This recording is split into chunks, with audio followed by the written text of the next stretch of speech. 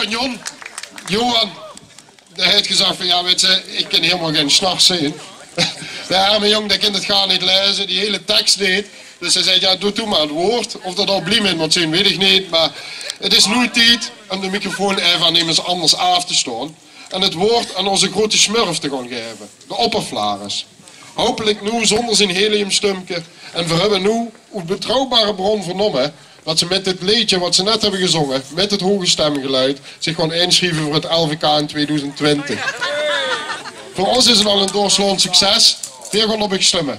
Zou ik morgen vragen aan de opperflaris om naar veel te komen. En een bittermars.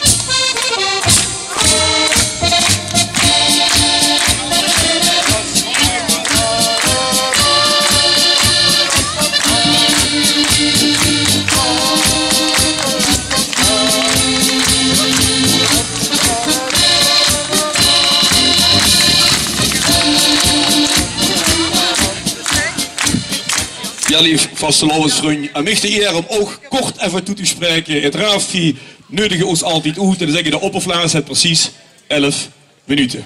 En als ze dan begint, dan denk je, ja, dat is niet veel. En ik heb toch maar in de beschränkung zeigt zich den meester precies 11 minuten. Maar net 1 minuut en 11 seconden geleden komt Jordi naar me toe dat er leftig maar goed zit.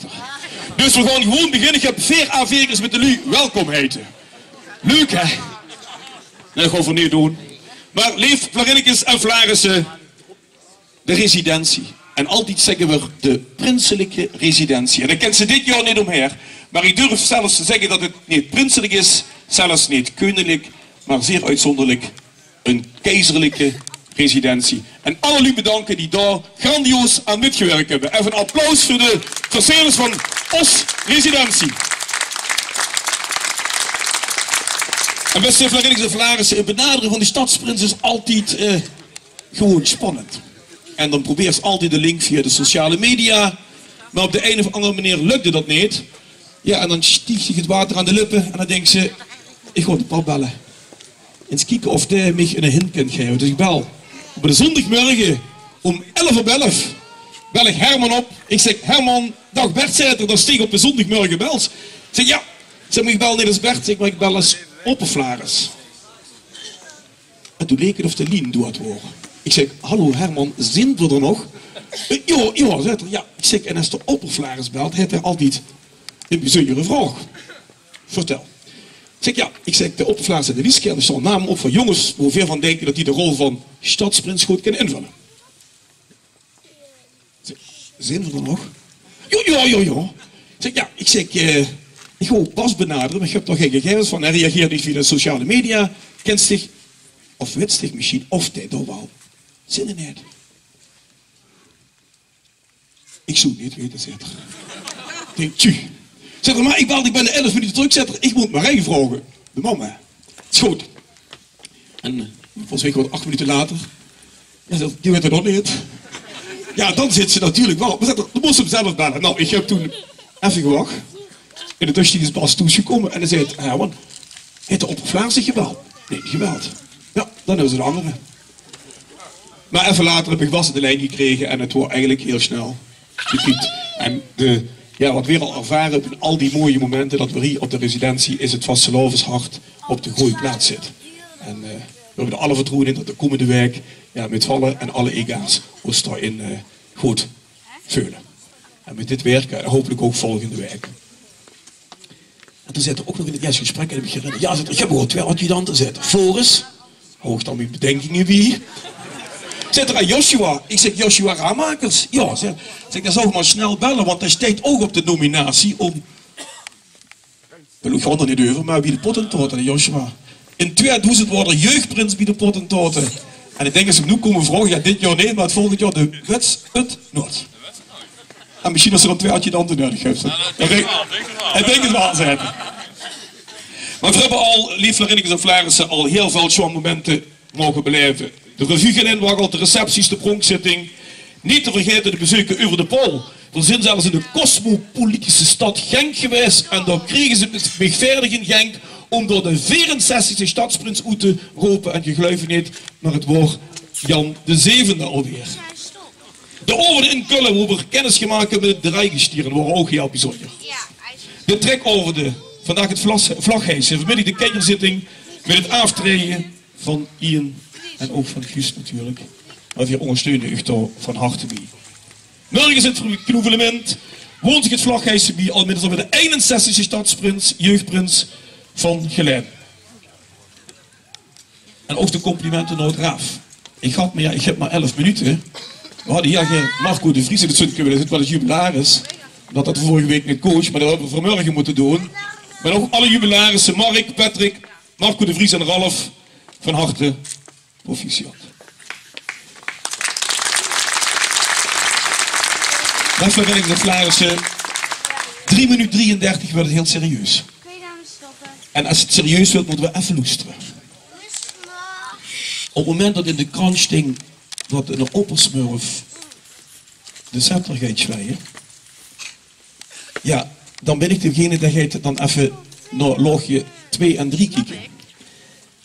En dan is de wereld ongrijpbaar en soms ook onbegrijpbaar. Want als je daar inkijkt, zijn er zelfs mensen die zeggen, ja, dat hele smurfenwereldje, dat is nazistisch, maar ook racistisch.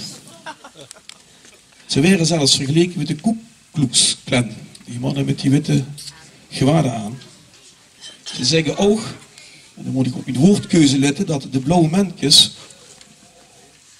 homoseksuele neigingen hebben. Dat verklaart ook dat wit mutsje, dat slappe witte mutsje en het strakke witte broekje. Grote smurf zou de dictator zijn. Autoritair en paternalistisch, het type Stalin. Vandaar ook zijn communistische rode muts en box. De smurfen moeten hun eigendommen afstaan aan de blauwe leider.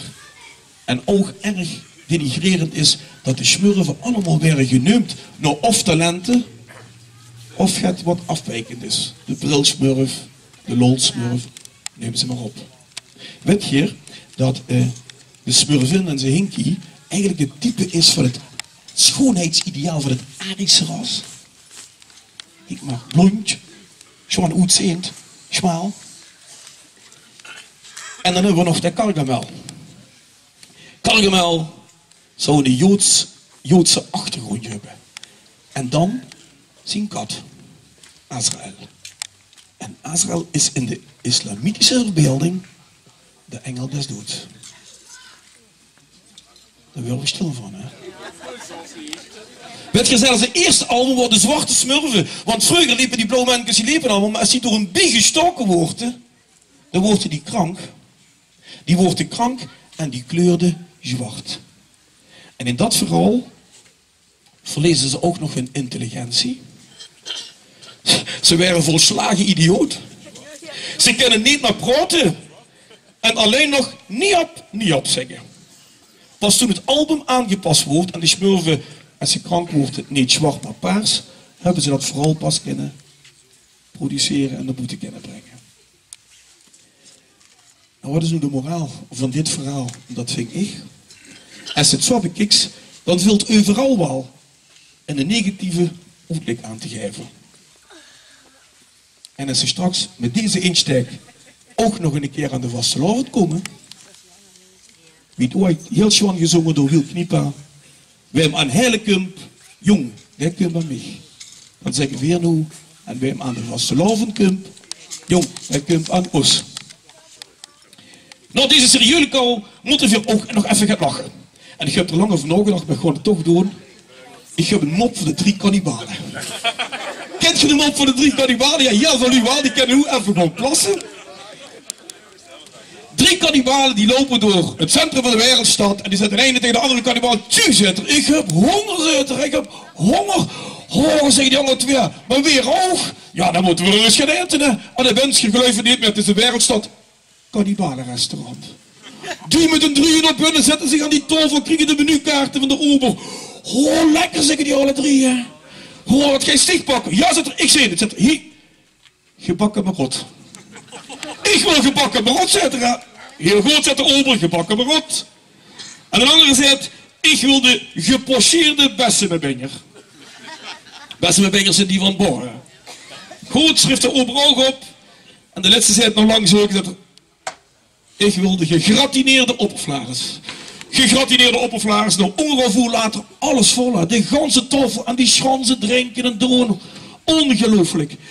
Het minst leuke van zo'n oven is natuurlijk het afrekenen. Je kunt de ober en dan zet de ene kannibaal, daar zet ik had gebakken marot. Gebakken marot zet de ober, dat was een kuitstukje, een schouderstukje, lendenstukje, buikstukje, bier, wijn, toetje. Dat is dan 350 euro. 350, alsjeblieft, zet de kannibaal. Ja, stop, zet de ober. Ik weet niet of je weet waar het marottenriekske ligt. Maar dat is een verdraaid klein gebiedje in Limburg. En dat volk blijft maar praten. En daar zijn er niet meer zoveel van.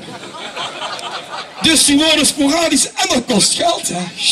Ja, betaald. Ja, ik had die gepocheerde bessenbebenjer. Gepocheerde bessenbebenjer zet daar open een kuitstukje, lendenstukje, buikstukje, bilstukje, bier, wijn, toetje. Dat is dan 450. 450 euro. Maar daar zijn er toch heel veel van. Dat klopt zit erover. Maar dat volk kan heel hard rennen. En voordat wij er eentje gevangen hebben, dat kost geld, hè. Zie je.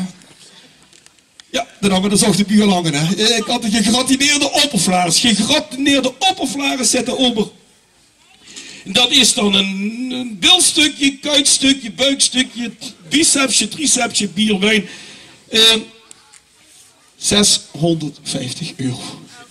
650 euro zet de kannibaal. Maar die kan veel praten, die is erg lui, zet de kannibaal. Die rent ook niet hard. Dat weet ik, zet er over. Maar heb jij er al eens eentje moeten schoonmaken? Lief luister, maar ik zoals mij heb ik er 11 minuten volgeboeld. Ik vroeg heel gerne voor Herman en Marij. Met de debutenmarge en een geweldige applaus voor de papa de man van onze 72 stadsprins, Bassie Esje.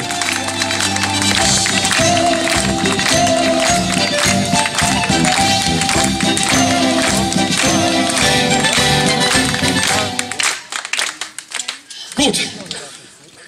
Beste Marij en beste Herman, zoals ik u straks al gezegd heb, voor heel veel mooie momenten, warme momenten, fijne momenten mogen beleven. En voor dat eigenlijk wil ik even onderstrepen met een cadeau. En natuurlijk ook een bloempje. En dan gewoon heel even om Marij her. Als het goed is, kijk.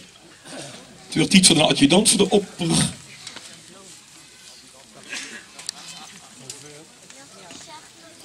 Alsjeblieft. En we willen natuurlijk ook heel graag zien, Marij, wat erin zit. Hè? Dat is spannend altijd, toch?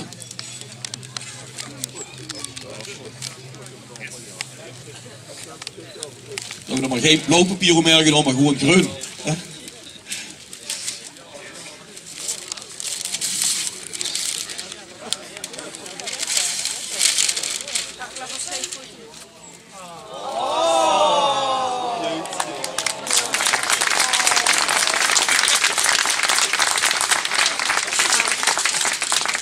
Alsjeblieft, en natuurlijk ook geschreven dat met een vaste lavenspakket en het puutje van de oppervlagers.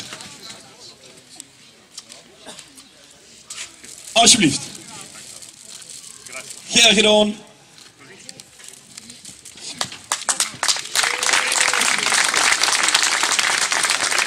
En dan wil ik heel graag afsluiten met een driemaal krachtige alaaf. Het vlaghijsen, daar komt ze terug. De vastelovend, daar komt ze terug. En het allerbelangrijkste, Gelen, daar komt ze terug. Vastelovend samen.